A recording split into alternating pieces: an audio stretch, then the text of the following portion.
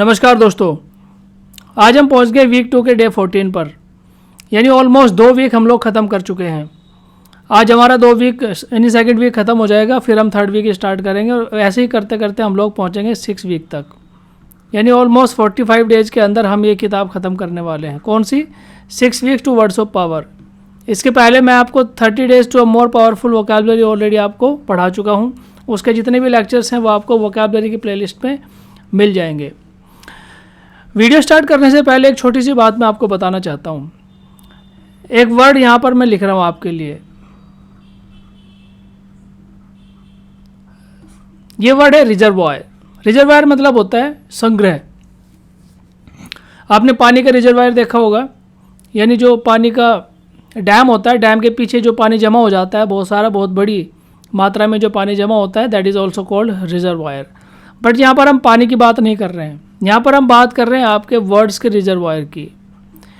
Words का जो बांध होता है, वर्ड्स का जो तालाब होता है, जिसके अंदर आप अपने वर्ड्स, अपनी वोकैबुलरी को, जिसके अंदर आप अपनी वोकैबुलरी को इकट्ठा करते हैं, अपने शब्दों को इकट्ठा करते हैं। कहाँ से? सीख कर। यानी जैसे आप कोई चीज़ पढ़ते हैं, जैसे आप कोई किसी से इंट्रैक्शन करते हैं, हर जगह से आप कुछ ना कुछ सीखते हैं और वहीं से आप अपना रिजर्वायर आप भर रहे होते हैं।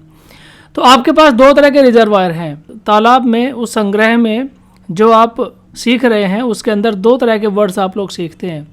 एक तो वो जिससे आप दुनिया को समझते हैं, जिससे आप लोगों को समझते हैं, लोगों को जानते हैं, और एक वो है जो जिससे लोग आपको समझते हैं, आपको जानते हैं।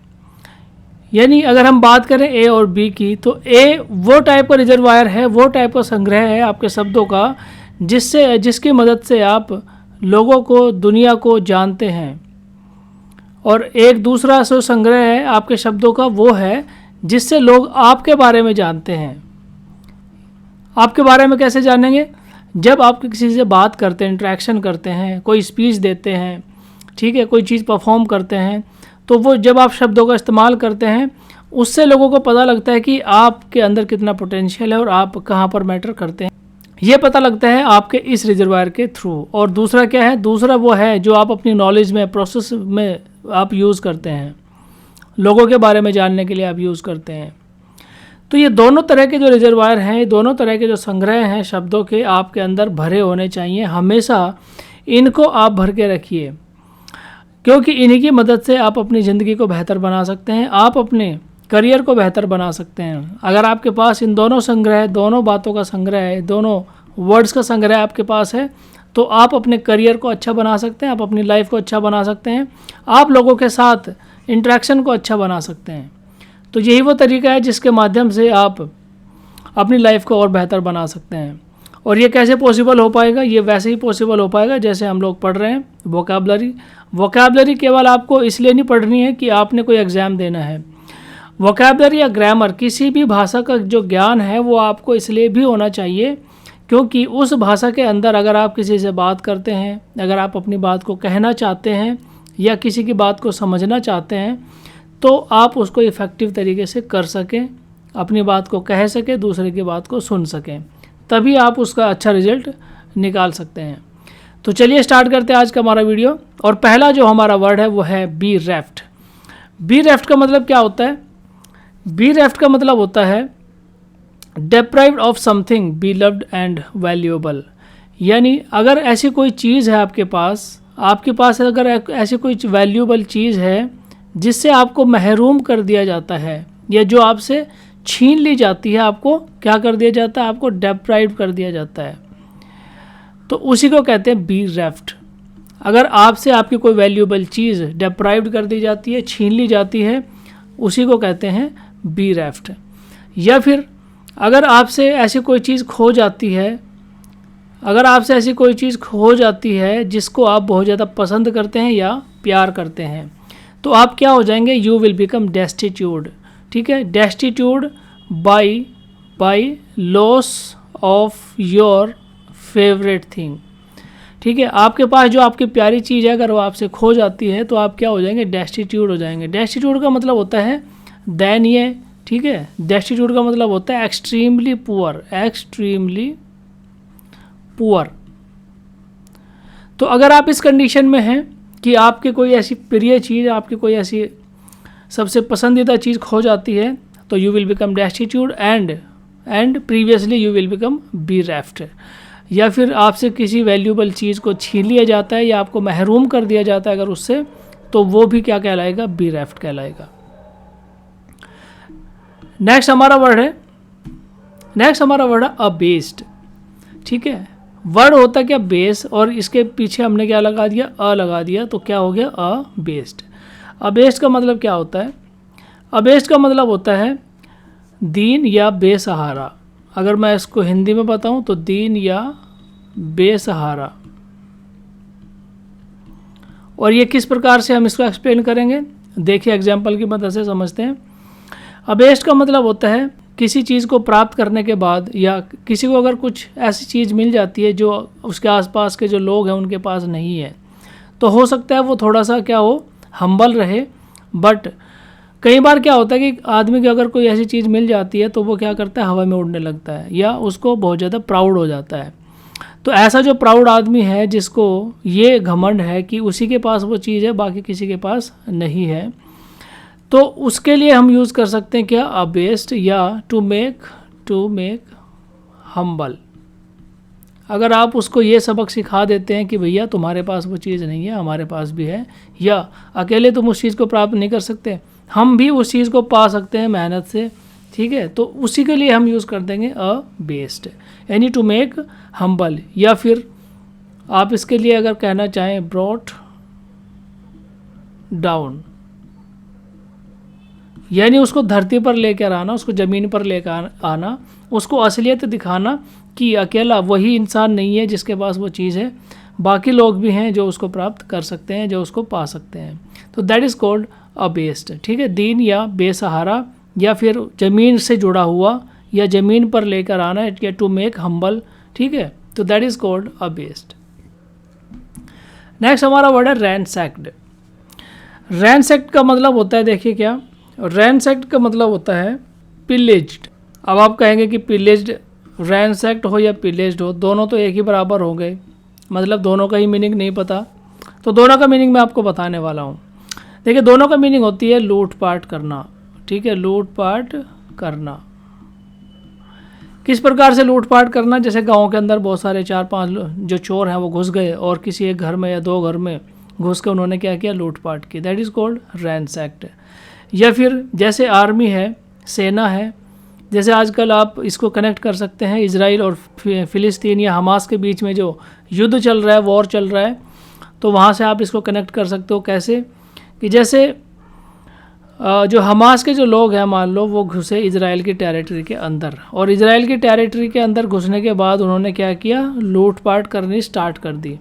ठीक है, यानी जब 2 कंट्रीज के बीच में आपस में युद्ध होता है ना, तो ये चीज़ हमेशा वहाँ पर आपको दिखाई देगी, रैनसैक्ड।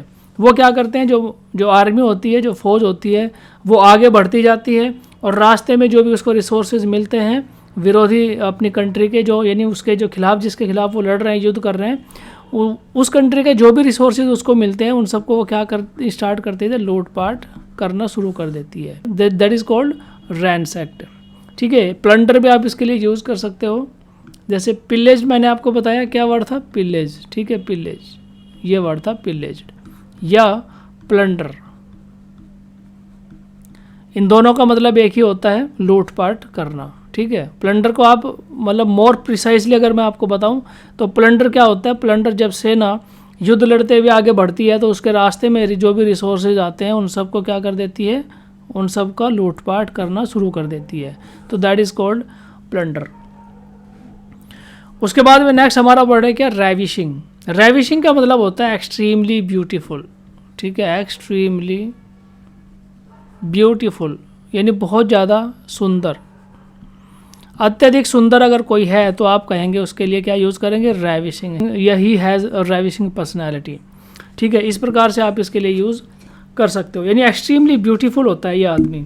ठीक है, जिसके लिए आप रेविशिंग यूज़ करते हो, that is called extremely beautiful. Next हमारा वर्ड है बेलीजर्ड। बेलीजर्ड मतलब क्या होता है, बेलीजर्ड मतलब होता है इन एक्सट्रीमली डिफ़िकल्ट सिचुएशन। ठीक है, एक्सट्रीमली डिफ़िकल्ट सिचुएशन, यानी ऐसी सिचुएशन जो बहुत ही ज़्यादा डिफ़िकल्ट है, उसको कहते हैं बेलिजर्ड। या बेसीज्ड भी आप इसके लिए यूज़ कर सकते हो। बेसीज्ड का मतलब क्या होता है? बेसीज्ड का मतलब होता है जब BSIEGED, बेसीज्ड। बेसीज्ड का मतलब होता है एक्सट्रीमली डिफ़िकल्ट सिचुएशन। कब?